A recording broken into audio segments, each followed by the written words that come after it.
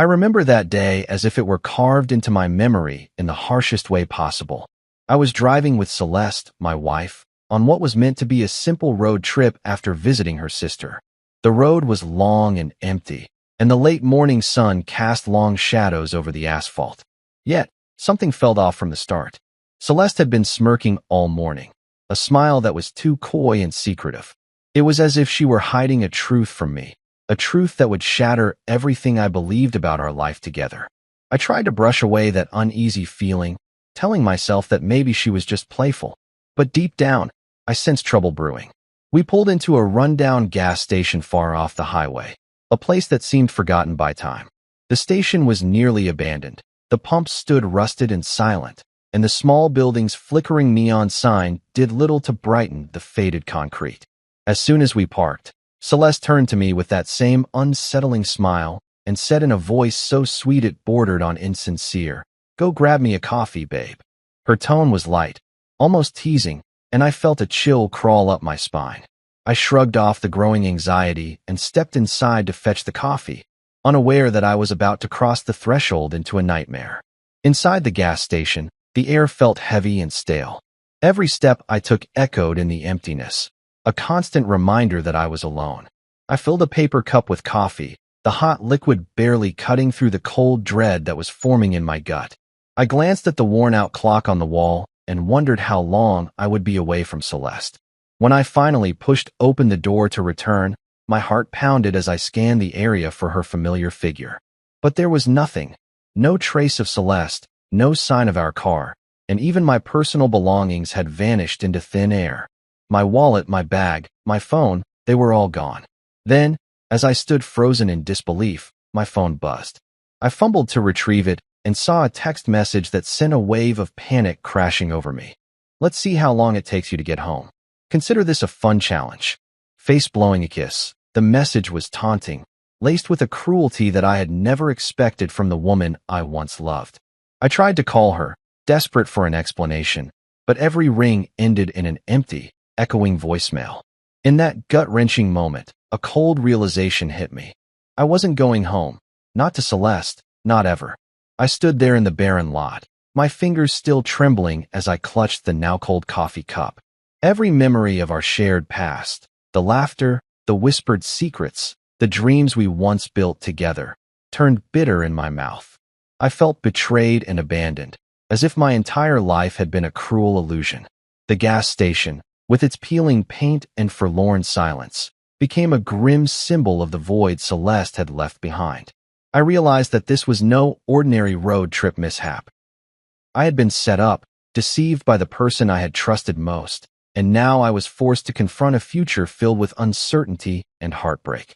The lonely wind stirred the dry leaves at my feet, echoing the chaos in my heart as I took my first step into a life I never chose.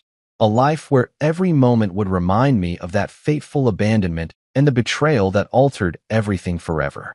I stood there on the cracked pavement of that desolate gas station, holding a cup of coffee that was losing its warmth as fast as my hope was melting away. The cold metal of the handle dug into my palm, and with every shiver that ran down my spine, I felt the weight of betrayal press down on me. I couldn't believe that I had been left in that forsaken place, abandoned not by chance, but by the deliberate cruelty of the woman I once loved. Celeste had always claimed that her harsh methods were her way of teaching me life lessons. But now, in this heart-wrenching moment, her lessons left me broken. I was alone with nothing but my fading memories and a bitter sense of loss. My thoughts swirled as I replayed every moment of the morning. Her sly smile as she told me to fetch a coffee, the way her eyes flickered with secret mischief, and that gut-wrenching realization that I was being toyed with. Every detail stung like a fresh cut. I recalled the $160 in my pocket from an earlier stop, a meager sum that, in any other circumstance, might have meant little. But now, it symbolized the only remnant of a life that had suddenly been stripped away. My backpack was still in the car, my wallet, my phone, everything I once held dear had vanished into thin air, leaving me with nothing but the bitter taste of betrayal. The desolation of the empty highway around me mirrored the emptiness I felt inside. I stepped away from the counter, my mind reeling, and sought answers in the silence that enveloped the station. Each step felt heavy as I tried to piece together the fragments of my shattered reality. As I walked back to the car, the cold wind whipped through my hair and carried with it echoes of the past, memories of laughter and shared dreams that now seemed like distant illusions.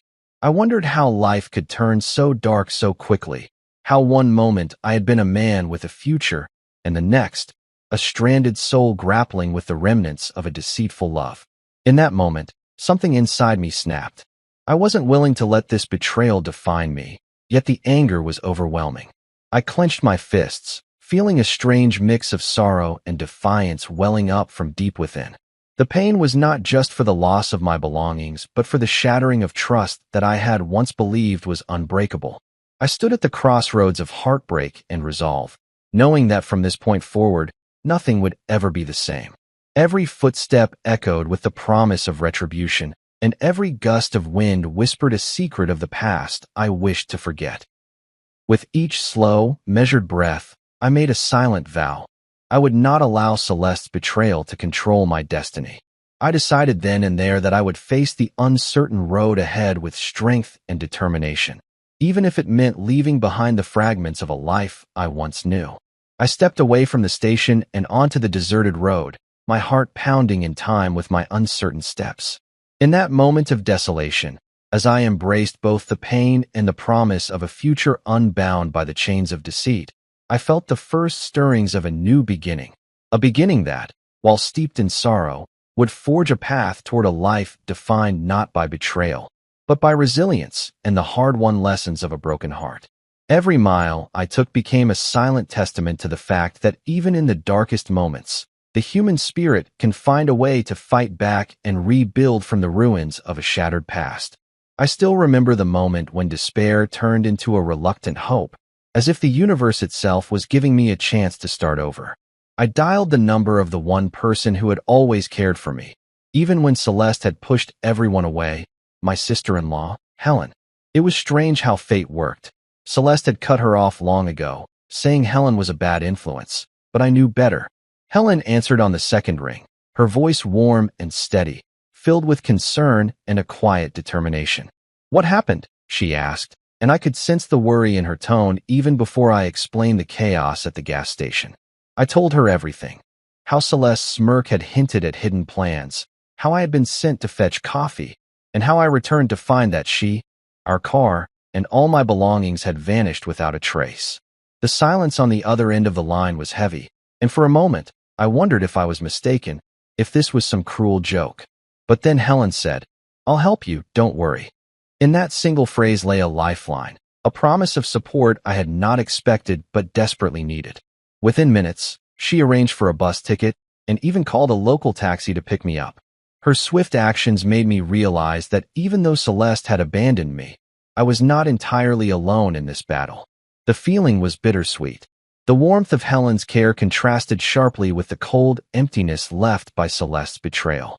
Riding in the taxi, I gazed out the window as the world blurred past, a mix of open fields, abandoned roads, and distant city lights. The journey felt surreal, like a bridge between the life I had lost and the uncertain future ahead. I couldn't help but replay the moments of the morning over and over in my mind. Celeste's unnerving smile, the deceptive calm in her voice, and the sudden void when I returned to the gas station. Each memory was a painful reminder of the trust one had placed in her, a trust that had been shattered beyond repair. I felt as if I were traveling not just through miles of road, but through layers of a life I once knew, peeling away until nothing remained but raw, exposed truth. At the bus station, the atmosphere was modest and bustling with travelers, each wrapped up in their own stories of departure and arrival. I sat on a worn bench, the chill of the place seeping into my bones, while my thoughts raced. The bus's engine hummed in the background, a constant rhythm that made me reflect on how life moves forward, regardless of the obstacles that try to hold it back. It was in that moment of stillness that I began to understand the true meaning of a new beginning. This journey was not merely about escaping a painful past, but about reclaiming my own identity, piece by fragile piece. The betrayal that had once defined my existence was slowly giving way to a realization that I was stronger than the hurt, and that there was a future waiting to be built from the remnants of what I had lost. I started to imagine a life where I could rebuild not only my home, but also the parts of me that had been broken.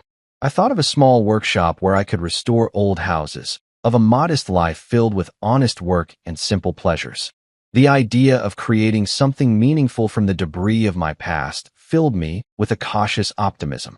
Each mile on the bus, each quiet moment of reflection, felt like a step toward a new self, a version of me that was not defined by betrayal but by resilience and the will to forge a different path.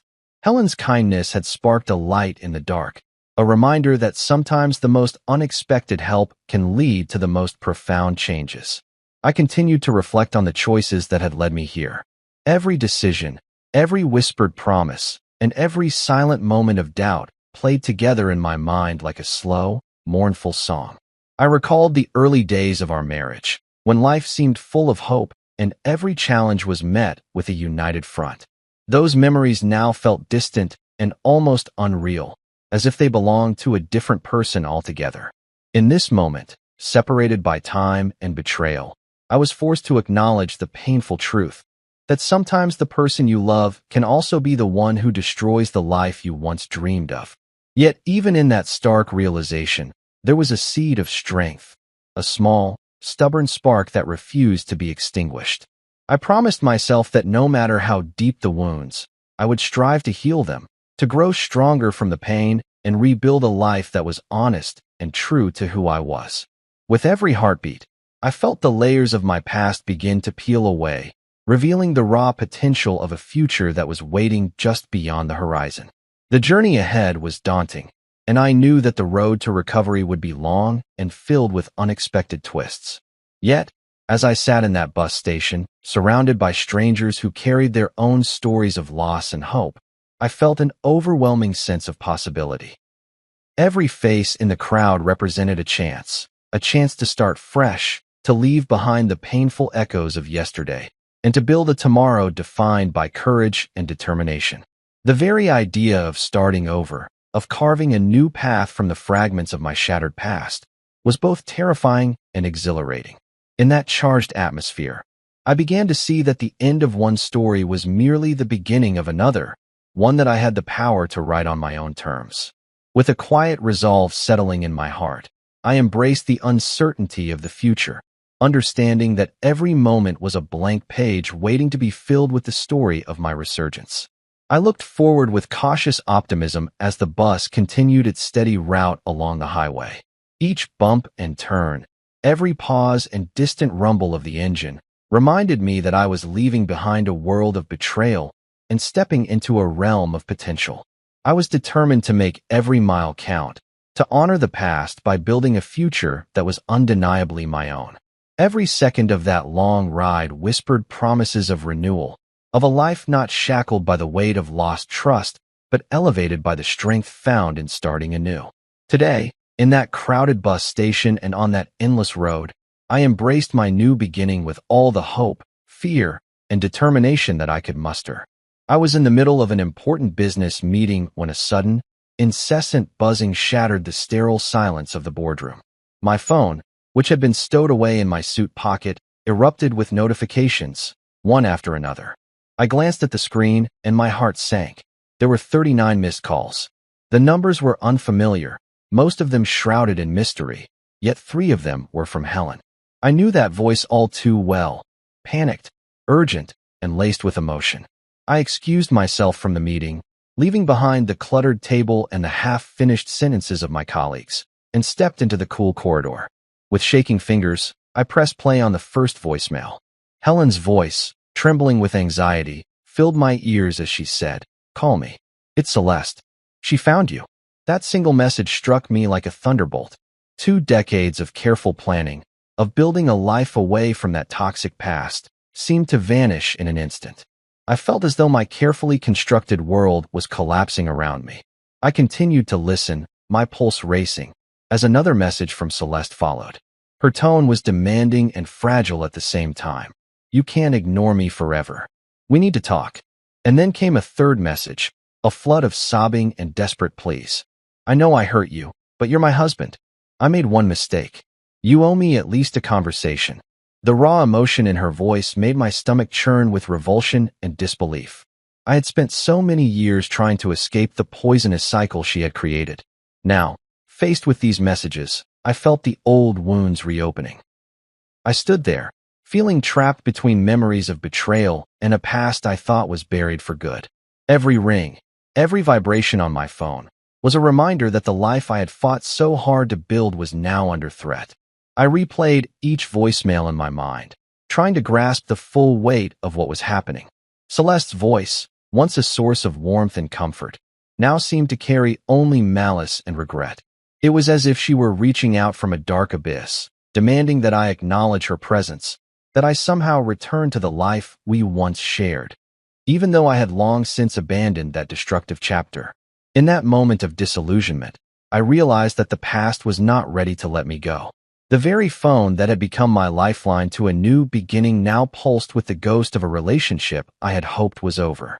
Anger and sorrow warred within me as I stared at the screen, unable to decide whether to call back or simply walk away.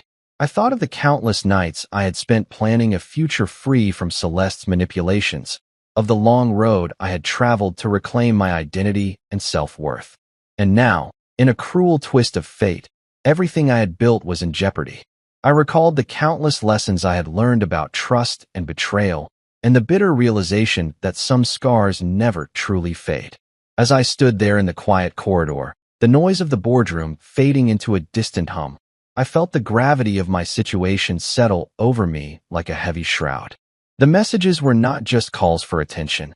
They were a summons from a past that refused to be ignored, a past that demanded to be confronted, regardless of how painful it might be. Determined not to let this intrusion derail the progress I had made, I composed a brief text to Helen. Meeting tomorrow. Denny's on 5th, 7 a.m. Come alone. In that short message, I found a semblance of control, a single decision in a moment when everything else seemed out of my grasp. I knew that facing Celeste again was inevitable, that the unresolved anger and betrayal would have to be confronted sooner or later. With the text sent, I took a deep breath, trying to steady the rapid beating of my heart, and resolved to face whatever came next with the same determination that had carried me through the darkest moments of my past. In that quiet corridor, amid the echoes of 39 missed calls and the ghosts of a painful history, I embraced the painful truth. The road ahead was fraught with uncertainty, but I was ready to face it head-on, even if it meant revisiting wounds I had long thought healed. I sat in the quiet booth of a small roadside diner, waiting for Helen to arrive. The air in the diner was heavy with the aroma of fresh coffee and warm pastries, a stark contrast to the bitter taste of betrayal that still lingered in my heart. I remember the moment Helen stepped in, looking older yet still carrying the same nervous energy I had known since our younger days. Her eyes darted around the room as if she carried a secret too heavy to hold. Without wasting another second, she slid into the booth across from me and blurted out, "He's in deep trouble. Bad trouble." Her voice trembled with urgency, and I could see the worry etched on her face. I leaned forward, setting my untouched cup of coffee on the table, and said in a quiet, steady tone, "Tell me everything." Helen took a deep breath, gathering her thoughts before she began to unravel the shocking news. Apparently, Celeste had not only left, but had also racked up massive debts that threatened to ruin her completely. Her credit cards were maxed out. Her house teetered on the edge of foreclosure, and worst of all, she had been searching for me for months. It was not that she missed our past or felt any true remorse for what she had done. She was driven by a desperate need for money, a need that she hoped I would somehow fulfill. Listening to her words, I felt a cold knot form in my stomach. Memories of our early days together surfaced, days filled with hope, dreams, and promises of forever. But those memories had long since turned bitter, overshadowed by Celeste's calculated cruelty. I wondered how someone I once loved so dearly could descend into such depths of greed and despair. The realization struck me hard. The woman who had shared my life had become a stranger, one whose actions were now guided solely by self-interest and financial desperation. Helen continued, her voice soft yet firm, explaining how Celeste had lost control of her life. Every phone call and letter that I had once dismissed as insignificant now painted a picture of a woman drowning in her own mistakes. I remembered the times I had ignored the small red flags, the subtle hints that something was not right. Now, it all came rushing back in a torrent of regret and sorrow. I felt trapped between a past that was impossible to forget and a future that was quickly becoming uncertain. In that small booth, with the soft murmur of other patrons in the background, I realized that this confrontation was inevitable. I had to face the consequences of a life built on broken trust and shattered dreams.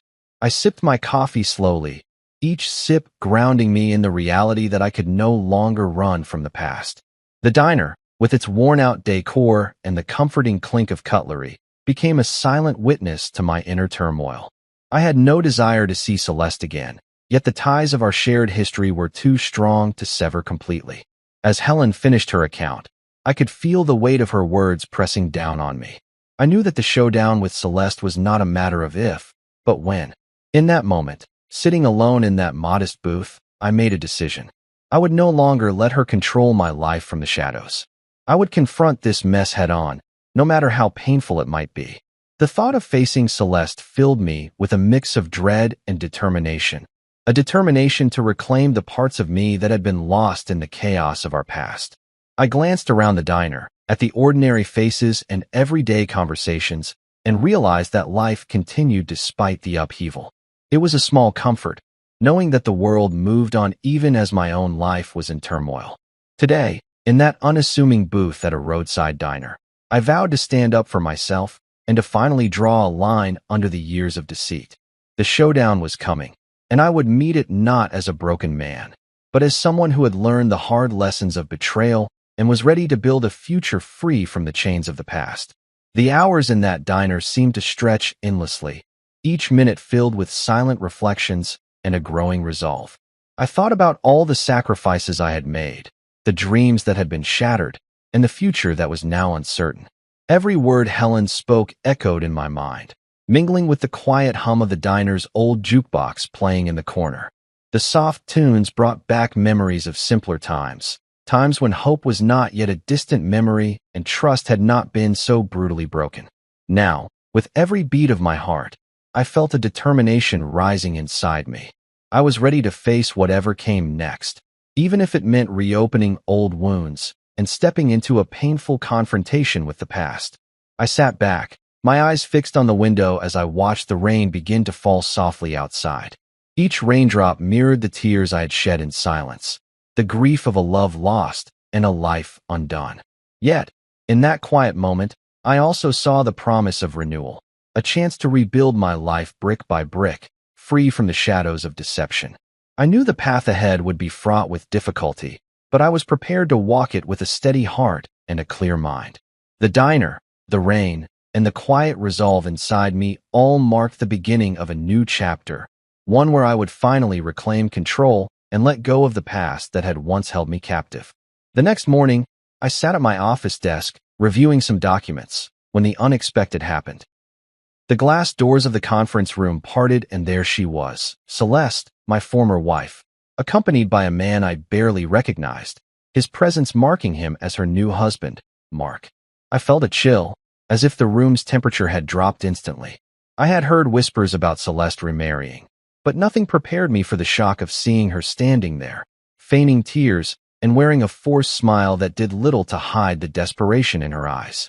Her gaze locked onto mine through the clear glass, and in that moment, every lie and every betrayal of the past came flooding back.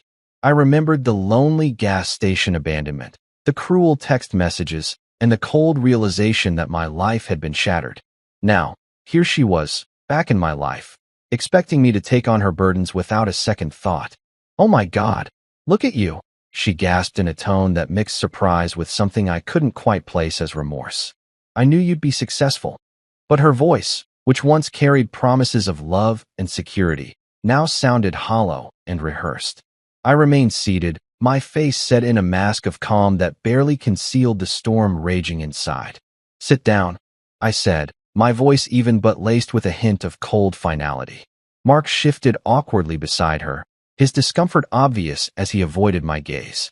The air in the room grew thick with tension, and I could feel every eye on us as we prepared for the inevitable confrontation. Celeste began, her words stumbling out in a desperate attempt to reclaim what she had lost. "I made one little mistake," she started, but I cut her off sharply. "You left me at a gas station," I stated firmly, the words hanging between us like an accusation that could not be ignored. Her face flushed with anger and embarrassment as she tried to continue. "We came back," she whined, her voice trembling with a mix of indignation and fear. "Too late," I replied, and the finality in my tone left no room for further argument. The facade crumbled quickly after that. With a sudden change in her expression, Celeste dropped the pretense entirely and spoke with an unsettling bluntness. "Fine. We need $175,000. You're rich. Just help us out," she demanded, her eyes darting between mine and Mark's, as if expecting me to magically conjure a solution to the ruin she had created.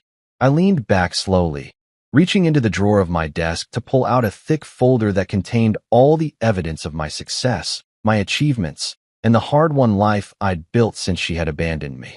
I looked at her with a mix of pity and resolve as I said, "Funny you should mention your house. I bought your mortgage." The words, simple yet devastating, were delivered in a tone that carried the weight of years of betrayal and self-reliance. A heavy silence fell over the room. Mark's face turned ashen and Celeste's eyes widened in shock, the full meaning of my words sinking in. For a long, heavy moment, we all sat in the stillness, the only sounds the distant hum of the city outside and the rapid beating of my heart.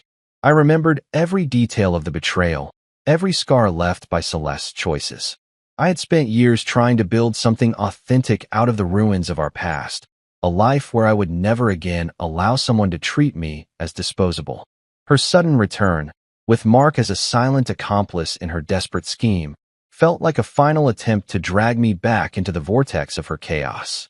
My mind raced as I thought about every promise she had broken, every hope she had shattered.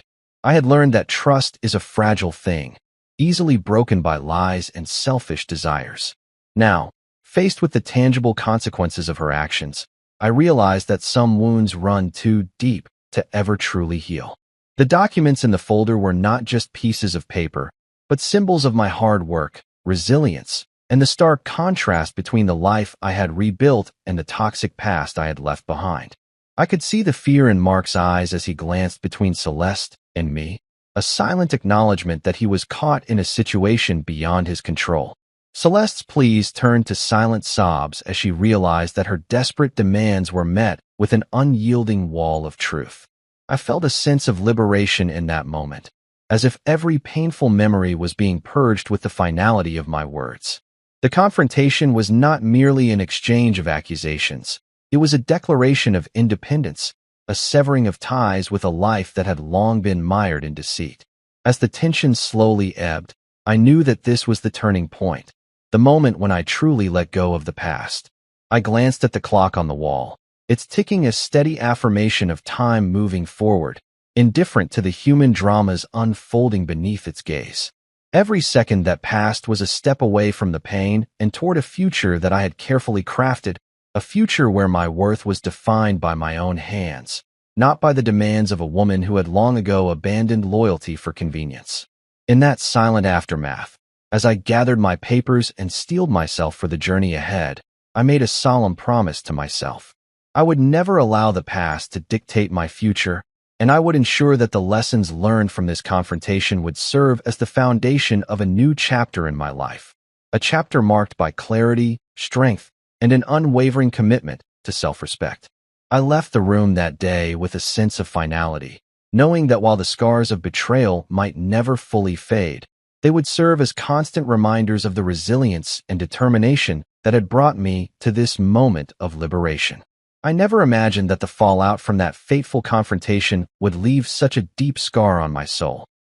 In the weeks after Celeste and Mark had confronted me, I found myself caught between memories of a painful past and the uncertain hope of a future I was forced to rebuild alone. Every day felt like walking through a dense fog where every step stirred up old memories of betrayal and heartbreak. I would wake up in the quiet of my empty home, the silence around me echoing the loss of the life I once thought we had shared. The images of that lonely gas station, the cold text messages, and the bitter exchange in my office replayed in my mind relentlessly. The shock of seeing Celeste, desperate and demanding, still haunted me. I could not shake the feeling that everything had collapsed into a void where trust and love no longer existed. In the solitude of long, restless nights, I examined every detail of our shattered past. I recalled the false promises and the careless lies that had paved the way for this downfall. The remnants of our once bright life now lay scattered like broken glass, each shard cutting into my heart as I tried to piece together a semblance of who I once was. I found myself questioning every decision, every moment when I had turned a blind eye to her subtle hints of deceit. The fallout was more than just the loss of my belongings or the collapse of our shared dreams. It was the painful revelation that I had allowed myself to be blinded by love and hope. Yet, in that darkness, I began to see a faint light. I slowly learned that grief, as all-consuming as it felt, could also be a catalyst for change. Determined to reclaim what little I had left, I sought refuge in the simplicity of everyday life. I returned to the routine of small tasks, organizing my scattered papers, tending to my modest garden, and taking long walks in the nearby park where nature offered a silent, healing presence. Each day, as I sat on a weathered bench beneath an ancient oak, I allowed the cool breeze and the rustling leaves to remind me that life, despite its harsh twists, still moved forward. I reached out to old friends and even considered professional help, not because I was weak, but because I recognized that rebuilding a life from the ruins required strength and support. The fallout had stripped away the pretenses and left me raw and exposed. Yet it also gifted me the opportunity to confront my own vulnerabilities. I began to understand that true recovery was not about forgetting the past, but rather learning from it, accepting that the pain was a part of my story while refusing to let it define my future. In quiet moments of introspection, I found that forgiveness was not for Celeste or Mark, but for myself, a chance to free my heart from the weight of resentment and sorrow. As the days turned into weeks, I discovered small victories that rekindled my sense of self.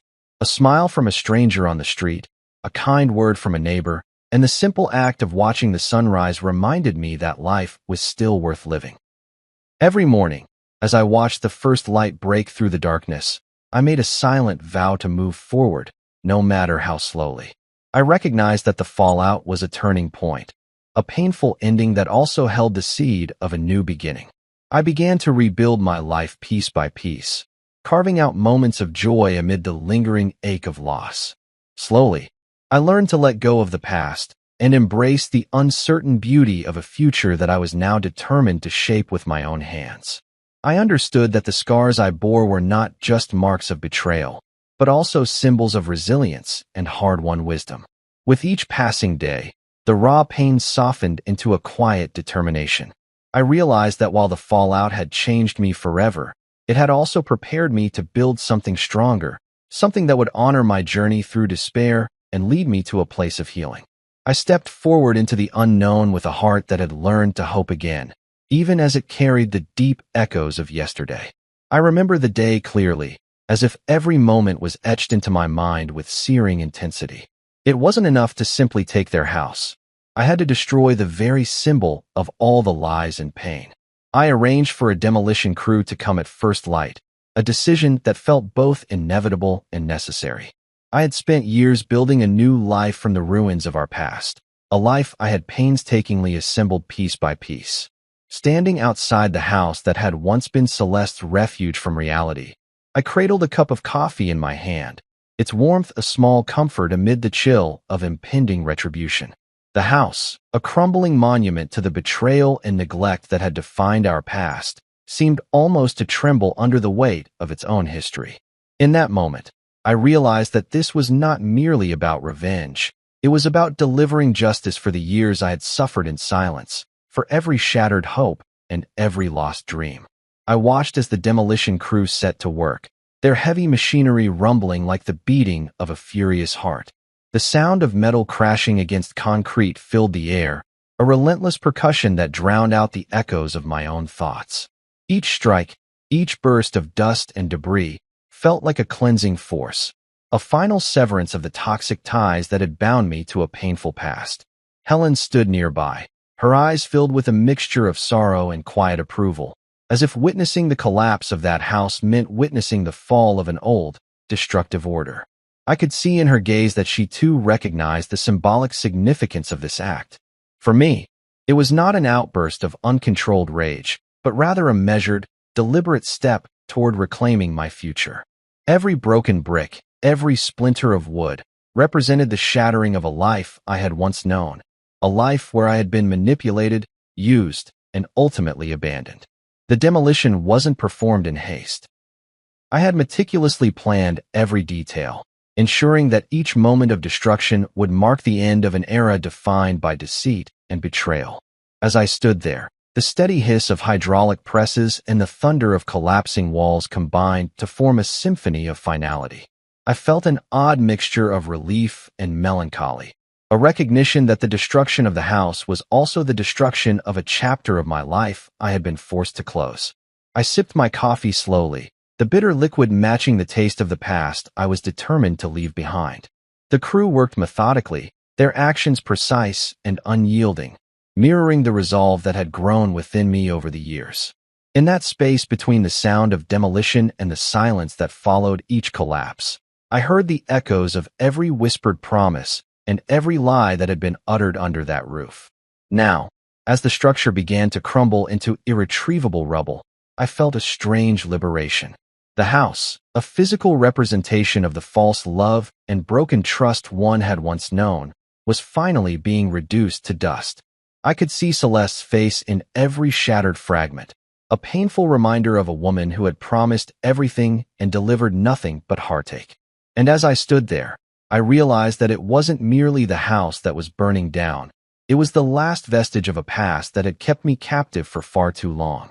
Mark's angry departure had already signaled the end of an era, but this final act of demolition was my declaration that I would no longer be tethered to memories of betrayal. In that raw, unfiltered moment, I found the strength to embrace a future free from the toxic remnants of what once was. The ground trembled beneath the falling debris, and with each collapse, I felt the weight of regret and sorrow lifting off my shoulders. I knew that the journey ahead would be long and fraught with its own challenges, but the ruin of that house gave me the courage to believe that I could rebuild my life on my own terms. As the dust settled and the echoes of destruction faded into an eerie silence, I felt an overwhelming sense of finality. The act of burning it all down was not driven by a desire for petty revenge, but by a deep, abiding need for justice. A justice that would allow me to move forward unburdened by the ghosts of the past. In that silence, punctuated only by the fading roar of machinery and the whisper of the wind, I vowed to never again allow myself to be defined by the cruelty of another. I would rebuild, not for anyone else, but for me, a man who had learned that sometimes, to truly start over, one must first let everything else burn away. I had reached a turning point where I could no longer be defined by the bitter memories of betrayal. Standing on the barren plot of land where Celeste's ruined house had once stood, I felt both sorrow and a burning resolve. This empty space was not merely soil and dust. It was the blank page on which I would write a new story. I decided to build affordable housing here, a safe haven for those who had been crushed by life's hardships, especially for single parents escaping toxic relationships. I envisioned a place where people, battered by their pasts, could rebuild their lives with dignity and hope. I named this project Lillian Place in honor of Helen, the one family member who had stood by me through every dark moment, offering kindness when I had none left to give. Every brick laid and every nail hammered at Lillian Place carried a part of my own journey from despair to renewal. I never intended to create a mansion or luxurious apartments. My goal was simple yet profound. A modest community where support replaced judgment and every resident could begin to heal. I spent long hours at the construction site, overseeing every detail, ensuring that the structure would serve as a beacon of new beginnings rather than a monument to old wounds. Neighbors, local volunteers, and even strangers touched by my story came together, drawn by the promise of transformation. With every shovelful of earth moved, and every wall raised. I felt the heavy burden of the past lighten, replaced by a quiet pride that only comes from rebuilding a life on one's own terms. Then, on a cool autumn morning, as I was reviewing blueprints in my modest office on site, my phone rang, a call from Celeste. Her voice trembled on the line, filled with desperation and regret. It was surreal. The woman who had shattered my world now sought my help. I agreed to meet her in my office, determined that this encounter would serve as the final closure to our painful history. When Celeste arrived, her eyes were wild with a mix of defiance and sorrow. I handed her a rental application for one of the units in Lillian Place. "You're welcome to apply," I said simply, my tone leaving no doubt that this offer was not charity but the natural consequence of the choices she had made. Celeste's face contorted with anger as she sputtered, "After everything I did for you?" I only offered a quiet smile, for the irony was clear. The help she now sought was exactly what she had earned through her actions. That moment, charged with the residue of our past, confirmed that my future, and that of Lillian Place, would be built on justice tempered with compassion. In the months that followed, Lillian Place grew into a vibrant community. I walked its corridors and quiet courtyards, listening to the stories of those who had found refuge within its walls. I heard tales of hardship and survival, of hope rekindled in the face of overwhelming odds. Each new resident brought their own scars, and yet together they formed a tapestry of resilience that inspired me daily. Their laughter, quiet conversations, and the determined look in their eyes reminded me that from the deepest pain, beauty could still arise. Every time I saw a child running freely or an elder sharing wisdom with a neighbor, I knew that the journey from despair to hope was possible, not just for me, but for all who had ever been cast aside. I discovered that the true reward of building Lillian Place was not measured in dollars or square footage, but in the strength and courage of those who chose to start over. Here, in this little community, the ghosts of my past were slowly replaced by the promise of a new future. Each day, I felt the power of healing and the transformative force of kindness. I had built more than just affordable housing. I had built a symbol of rebirth, a sanctuary where broken lives could mend and dreams could take root. I learned that even when the pain of betrayal cuts deep, it can eventually give way to growth and a renewed sense of purpose. Every brick of Lillian Place told a story of loss, of love betrayed, and ultimately, of the strength it takes to rebuild from nothing. I had turned the remnants of my shattered past into a foundation for the future, and in doing so, I had discovered that hope, once kindled, can light even the darkest paths. I stared at the horizon as the first light of dawn broke through the darkness of my past, each ray a reminder that nothing truly ends, it only transforms. I had rebuilt my life from the ruins of betrayal and heartache, brick by brick and tear by tear, and now I stood at the edge of a future that was as uncertain as it was promising.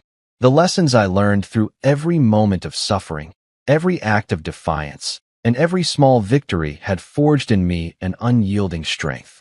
I realized that the final lesson was not about retribution or punishment, but about the acceptance of change and the willingness to let go of the chains that once bound me to a life I no longer recognized. In the quiet solitude of my study, with the soft hum of the morning wind outside, I allowed myself a moment of reflection. The past was a collection of vivid memories, painful yet instructive, and I understood that to truly move forward, I had to embrace every shard of my former self, even those that were broken beyond repair. I recalled the cold, lonely hours at the desolate gas station, the bitter taste of betrayal when Celeste vanished without warning, leaving behind not only my possessions, but also the remnants of a shared dream. I remembered the storm of missed calls that shattered the fragile peace I had built over the years, each ring a ghost of a past that I desperately tried to leave behind. And then there was the final confrontation, when I looked into the eyes of a woman I once loved, and in that moment, I recognized the futility of holding on to what had been lost. I realized that forgiveness was not about condoning the pain inflicted upon me, but about freeing myself from the relentless grip of anger and regret. It was a lesson carved deep into my soul, a lesson that taught me that the path to true liberation lay in accepting the impermanence of life. Every decision I had made, every step I took away from the darkness, was a silent promise to myself that I would never allow the past to dictate my future. The demolition of Celeste's house, the creation of Lillian Place, and the painful conversations that followed were all chapters in a story that was finally coming full circle. I understood that the scars I bore were not symbols of weakness, but of survival. They reminded me that even in the midst of devastation, there could be rebirth, and that every ending paved the way for a new beginning. As I sat there, a gentle smile played on my lips, a quiet acknowledgement of all I had endured and all I had overcome. The world outside was vast and ever-changing, and in its constant motion, I found solace. I resolved that from this day forward, I would live with intention and compassion, never forgetting the trials that had shaped me, yet refusing to be defined by them. I had learned that true strength came from within, and that every challenge, no matter how insurmountable it seemed, was an opportunity to grow. In the soft glow of the rising sun, I made a vow to honor my past without letting it shackle my spirit.